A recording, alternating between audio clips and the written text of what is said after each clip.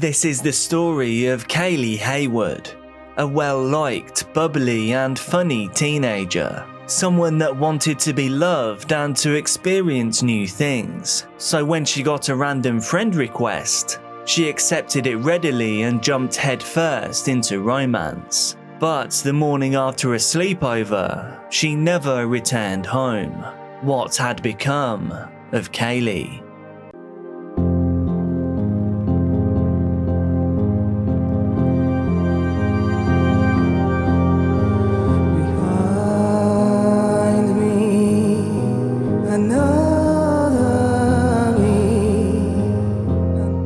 Viewer discretion is advised for this educational documentary. Welcome back to CASE Documentaries. I bring you true crime, disturbing stories and other things that you may later regret knowing with regular uploads every week. Please do join the quickly growing, incredibly supportive CASE family by hitting subscribe now and turning on notifications. Remember, choosing to be kind can save a life in many ways. Thank you so much for choosing to be here with me. Our love and respect goes out to those that knew and loved Kaylee and all those affected by this case. Kayleigh Haywood was a 15-year-old beloved daughter and sister from Measham in Leicestershire. She lived with her mother, Stephanie Haywood, her stepfather Martin Whitby and her siblings. Although they had their issues like any teenager would with a parent, Kaylee was a shining light in her mother's life. She was described by her friends and family as vibrant and innocent, having a spirit of bubbliness and positivity, one that was infectious to all those around her. Making excellent grades in school and having a decent amount of popularity, Kaylee was well liked by pretty much everyone that surrounded her. Like most people her age, she enjoyed hanging out with friends and spending time on her phone. This was something that would prove to be more dangerous than anyone could have imagined.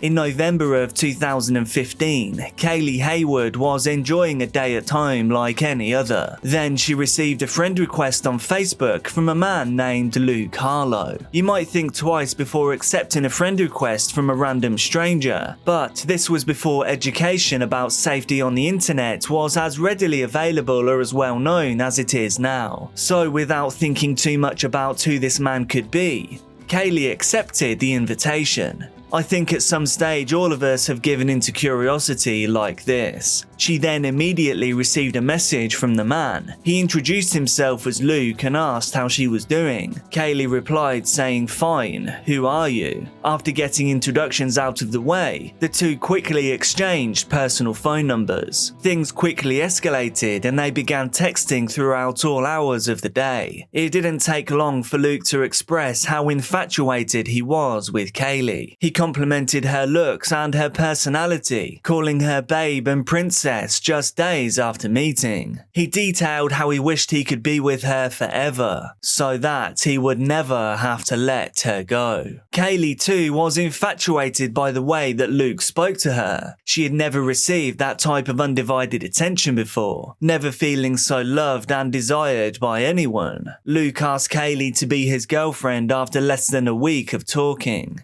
to which the conversation between the two abruptly became intimately charged. Luke talked about wanting to see her in person badly so the two could be a proper couple, making it clear that Kayleigh was to keep it as a secret, saying, "I'm much too old for you, and I could get in trouble. People will think it's weird." Luke needed to make sure that Kayleigh wouldn't tell anyone about their planned meeting. Kayleigh agreed, thinking to herself that no one would understand that he was different from the other guys, that he truly loved her. After all, Luke was 28 years old, 13 years older than Kayleigh. Promising her alcohol, laughs and a romantic getaway, Luke begged Kayleigh to visit him, saying, "I could kidnap you and keep you forever." After some persuasion, Kayleigh agreed to spend the night at his flat in George Avenue. The date was set, Friday the 13th of November. Kaylee got permission from her parents to stay with a friend for the weekend, having her father drop her off at a nearby community college. From there, Kaylee walked to Luke's flat to enjoy what she thought would be a blissful weekend, safe with a man who had rapidly become the love of her life. Upon arriving, Kaylee was immediately given copious amounts of alcohol by Luke. She became heavily intoxicated. Before long, Luke had engaged in intimate activities with Kaylee. Reminder, he was 28, she was 15. On the morning of Saturday, November the 14th, Kaylee's mother Stephanie received a call from her daughter. She was checking in for the day and letting her know that she would be home soon. After this call, however, Stephanie Haywood would never hear from her daughter again. After Kaylee didn't return home on Sunday morning, her family alerted the police to her disappearance. On that same day, a neighbour of Luke Harlow had found Kaylee's phone in the street, smashed to pieces. Police investigators worked swiftly, finding that Kaylee was in fact not where she said she would be on that Friday night. They were able to recover the text messages from Kaylee's smashed phone, discovering the correspondence between her and Luke Harlow, the 28-year-old, unemployed school dropout. They quickly brought him in for questioning. Luke, however, denied knowing anything about her disappearance. How did you become friends on Facebook? How did that come about? I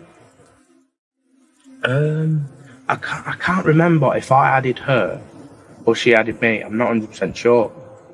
According to him, they had fun together on Friday night, but it ended with Luke going to sleep in his bed and Kaylee going to sleep on the sofa. The police knew that Luke was lying, showing them classic signs of deception. His palms were sweaty, he was continuously cracking his knuckles, grabbing and rubbing his own hands, showing the anxiety he felt about this entire situation. Upon pressing him further, Luke admitted to the fact that he had invited someone else to his flat the following night. This was 29-year-old Stephen Beadman. Luke had told Stephen that he had a bird at his house. Bird in the UK is kind of a semi-offensive slang for a female. Luke seemed confident that Stephen wouldn't be alarmed by the fact that he had a teenager sleeping at his house. But why? Any normal person would intervene. Beadman was someone who immediately ignited the concern of the investigators due to his past, putting the pieces together about why Beadman would be delighted to come and visit 15-year-old Kaylee. Upon looking into his history, police had found evidence of an intimate interest in minors, as well as significant anger issues. Even Beadman's family were fearful of him, quoted as being wary of his frequent, rage-filled outbursts. This was a piece of evidence that they couldn't afford to ignore. They brought Stephen in for questioning. When conversing with the police, Beadman stated that by the time he had arrived at Harlow's house, Kaylee was so intoxicated that he couldn't even hold a conversation with her.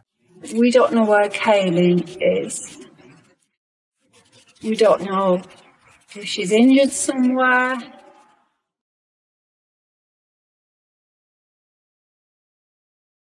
So tell us right now, at the beginning of the day.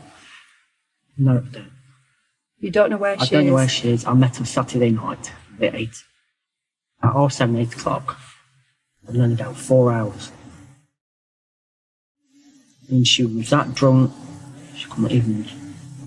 I couldn't get much conversation out of her. Despite his testimony, the interviewers couldn't ignore a glaring question that stared back at them. What had happened to Stephen's face? He was covered in deep wounds, wounds that looked fresh. When questioned about it, Stephen explained that he had injured himself at work. But the investigators didn't buy this story. They decided to fact-check Stephen's statement. They visited his workplace to see if these claims were true. But they found more than they bargained for. Much to their surprise, the officers found an unlit bonfire at his worksite, along with a plastic bag filled with clothes. Upon further inspection, they were led to to believe that these clothes belonged to Stephen, and they were covered in a reddy brown vital fluid. The red fluid on the clothes would be tested, and they would later find that it was a DNA match to Kayleigh Haywood. Despite this earth-shattering evidence that they had discovered, the police weren't ready to confront Stephen with this evidence just yet. As they continued their investigation into Stephen's life, they also came across Kayleigh's handbag and some of her clothes. Now they had what they needed, and they were ready to question Beadman again. The 15-year-old schoolgirl has now been missing for 5 days, and police fear she may have been murdered. As inquiries have been completed, we have become increasingly concerned that she may have come to harm. And today, we have told the family that we are treating her disappearance as a murder inquiry. Now I feel hopeless. Do you allow yourself to think that she might not be alive? A bit.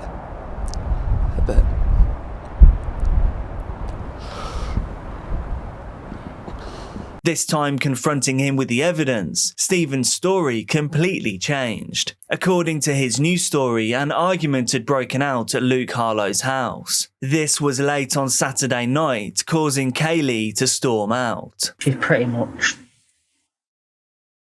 walking. Because I must have scared her. I must have. So is she resisting you at this point? No, not when she's walking, no. I honestly can't remember. I've been drinking. We'd all been drinking.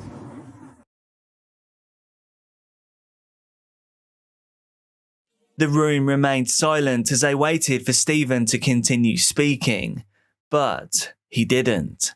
But what Stephen didn't know at the time was that the investigators knew exactly how false his new story was. In the search for Kaylee, officers had questioned people in the area of Luke Harlow's flat, and they had received some damning eyewitness testimony from a neighbour. According to this neighbour, he had seen Kaylee running frantically from the flat at about 3 in the morning. She was wearing nothing but a t-shirt. Thinking that Stephen Beadman was a police officer, he witnessed him tackle Kaylee to the ground, pinning her in what seemed to be an arrest. Revealing this evidence to Stephen, they asked him again about what had happened that night, and why she ran from the flat in that state. The issue is, she's run out, possibly, with her phone, without her trousers, and there's a complete, as you've described, disarray in the flat. The speakers are over. So there's obviously been a struggle. Well, that's the implication, but we're asking you if you can explain what's happened. I honestly cannot explain that. The investigators, of course, didn't believe a word of it. They continued to press him about the events of that night, saying that Stephen had to remember at least something. Fortunately, this pressure worked. Stephen let a small confession slip out. So there's obviously been a struggle. Police saw this as a door opening, and the investigators took a chance. After a long, grueling conversation, Beadman finally broke down, confessing to taking Kaylee across the street, attacking her, and ending her life with a brick. The wounds on his face were an emblem of her attempt to fight back. She did the right thing. Stephen blamed his actions on the huge amounts of alcohol that they had been drinking, stating, "When I drink, I just switch. But when I switch, I get violent. I wasn't in full control because I had been drinking." Yeah, well, I obviously feel bad, don't I?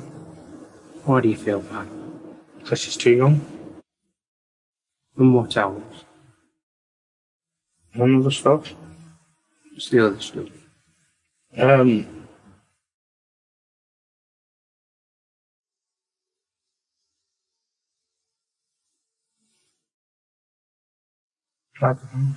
After the arrest of both Luke Harlow and Stephen Beadman, Kaylee's body was found in a field on the outskirts of Ibstock. Stephen Beadman was charged with her assault, imprisonment, and the ending of her life. Luke Harlow was charged with grooming, engaging in intimate activities with someone under 16, and false imprisonment. Since they both confessed to their vicious deeds, the trial proceedings were rather simple. Unfortunately though, it never became completely clear exactly what had happened during that Saturday where Kaylee was held captive by Luke and Stephen. Even in court, Harlow denied ever being present during any of the attacks that Stephen made on Kaylee. Even during the time that she was imprisoned in his flat all day and all night on that Saturday, he claimed to be asleep.